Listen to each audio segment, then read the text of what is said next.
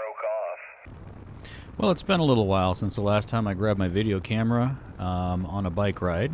I've been out on several rides, but we had a lot of smoke in the area, and I just decided it really couldn't get a good enough recording to make it worth grabbing the microphone and the camera and all that kind of gear and heading out. So, about a week ago, though, we had a pretty dramatic change in the weather. We went from summer, 80, 90 degrees, down to snow in the mountains and 28 degrees at nighttime. And as of course, now it is fall officially, but we kind of went from summer to fall overnight. And I thought this weekend was a great time to get out and do a little bit of motorcycle riding, because as you can see, the sky was a beautiful blue. And on my list of things to do, as soon as the smoke went away, was to head up and explore a trail, a road actually. Unfortunately, when I got there, I found out that the road had a gate not too far up it, so I kind of explored the area and then went on and did one of the things that I've also been meaning to do, which was to buzz over to the old Boulder City ghost town and explore a little bit there. I also found a nice little spot overlooking the Moye River and set up my FT817 amateur radio and made a couple of contacts there, and then moved on, rode up over the hill and over into Montana, then found a side road, rode back up into Idaho, and that one came to an end as well, unfortunately. All these closed roads. And I think that's a video I need to make sometime. I need to make a video of all the times I've had to turn around just because of gates. I've got probably lots of video where I just get to a gate, turn around, get to a gate, turn around. It's like, oh, that's a nice road, let's go up that road, and all of a sudden, gate. This road here, though, hey, there's not gated. It just says you shouldn't take a passenger car down it, which is probably correct. It's not bad here, but a little bit further up gets a little bumpy. Not all that dicey on a motorcycle. As you can see, it's hunting season, and we've got some hunters out, and some of them are friendly, some of them aren't. This guy didn't want to wave. But hey, no big loss. A little further down the road, I found the Forest Service out working on a Saturday, and I don't know what they were doing out there. It looked like there were some flags along the road. Maybe they're planning on fixing this road a little bit, because the other road to get where I went to the ghost town is actually washed out as of this spring. We had a lot of flooding and slides in the springtime, and the road got washed out. There's actually more traffic up on this road this weekend than I have seen in the 4 or 5 other times that I've been up this way this spring. I assume that's because of one, it's hunting season and time to scout out spots for elk and things like that, and secondly, because we've finally got some nice fall weather where it's not too hot to go outside, it's not too smoky to breathe while you're outside. So yeah, it's just a great day to be outside, and an even greater day to be on a motorcycle. Look at this gravel pile. I was looking at this gravel pile, and discretion being the better part of valor, I was pretty early in my day and didn't want to ding myself or my bike up, but that looked like an interesting place to play. I don't think I have the right bike for that, although kind of tempting to find out. Anyway, no, I passed that by, went back out, got on the main road, because this is after I'd turned around at the gate on the road 628 that I had intended to go up. By the way, this is a bridge in North Idaho, and then right down the road a little bit further here is what you do when the water decides to flow somewhere else besides under the bridge. You just take a lot of big rocks and pile them in the road and let the water continue to flow. That's how we roll here in Idaho.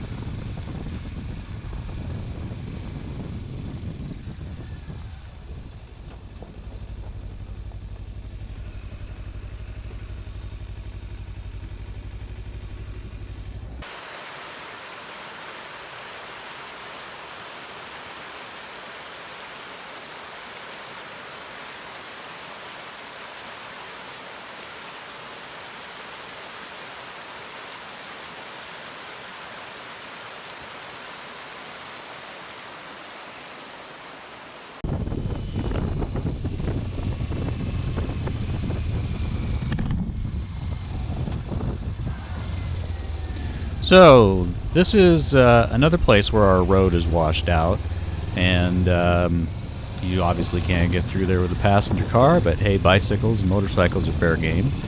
My sons and I used to go up here and go camping, but now you got to get there from the Montana side if you want to take your truck.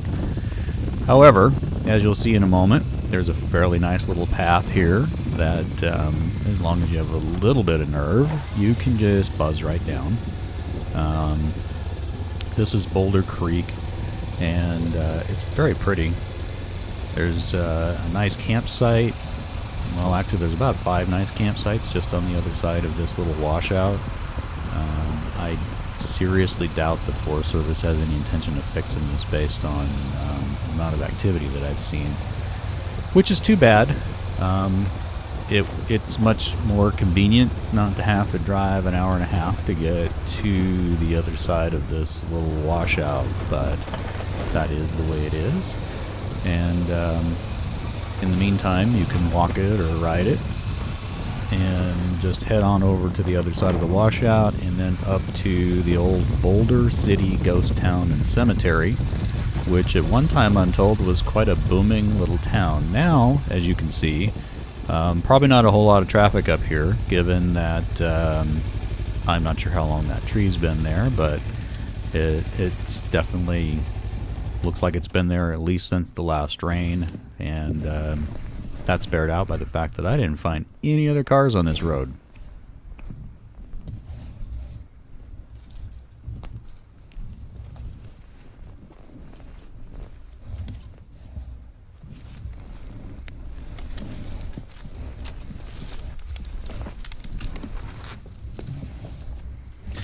Yeah, I probably should start packing a little saw or something. I actually have one in mind. I just haven't picked it up and added to my kit. But in this particular case, this is a dead tree. Probably would have made some good firewood.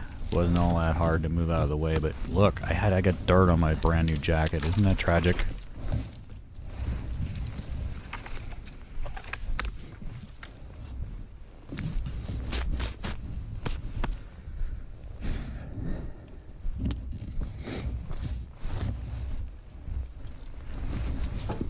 Okay, tree removed. Time to get further down the road. We still want to make it up to the old Boulder City.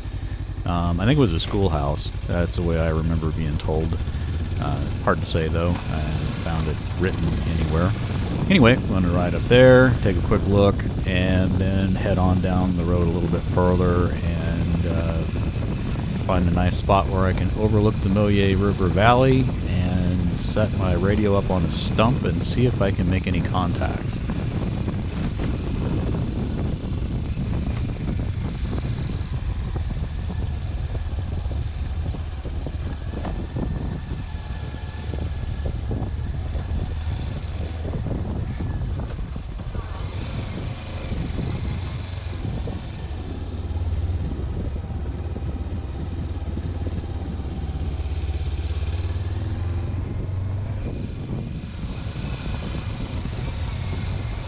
Kind of looks like the old schoolhouse has seen one too many heavy winters. Last time I was up here, a fair portion of it was still standing. That was a couple years ago though, because of the road washout.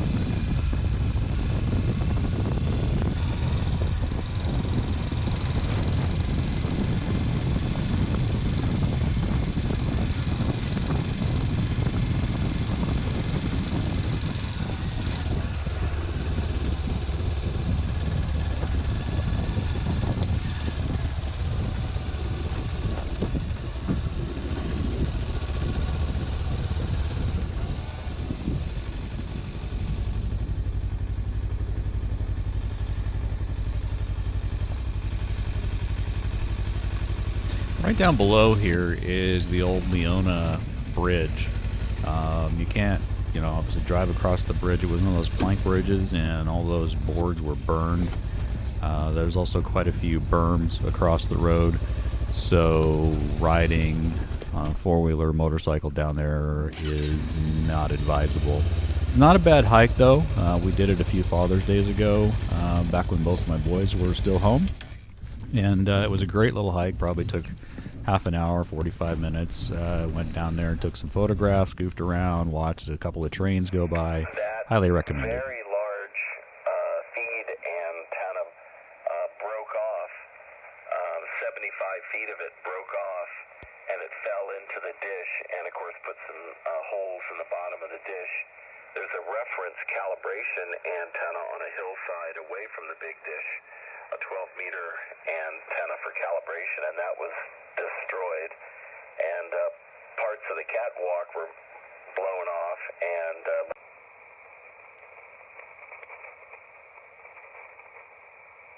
CQ 17 meters, CQ 17 meters, CQ 17.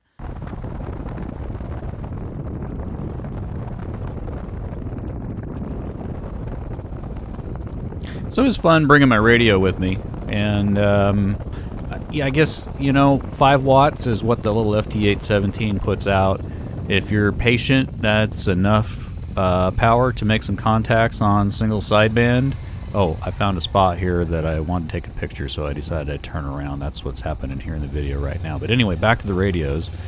I do have a portable HF rig that's 100 watts, and I'm trying to figure out how I'm going to safely pack that and enough power to run it. My thought being that you don't need to take much power to run the 5-watt radio, but you spend a whole lot of time between contacts. So maybe finding a place to pack a little bit larger battery and a marginally larger radio, but being able to have enough power, you know, say 40 watts to make contacts a little quicker, probably is a better use of my time overall. I'm almost back down to US Highway 2 in Montana here. I've ridden up from Idaho, across the Boulder Creek, and then down. Well, actually, I went back and forth on some roads that went back into Idaho and back into Montana, a couple of dead ends.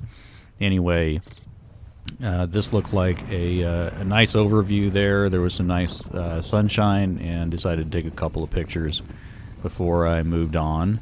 And here we are back at US Highway 2 in Montana, and just kind of making sure that I've got my phone set on some good music for the ride home. I've been using Bose QC30 headset for noise canceling and for music. Look at those guys go. And I have to say that it's I enjoy that headset. It does a good job, and the adjustable noise cancellation on it's very nice when you're riding with other guys on the trail.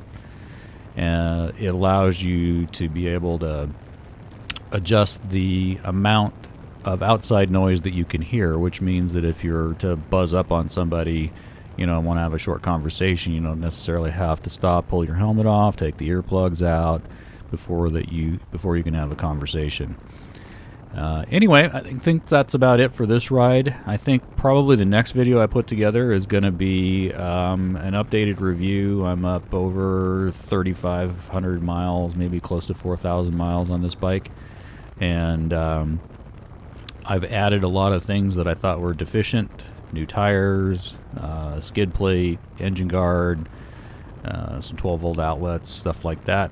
And might be time to do an updated review.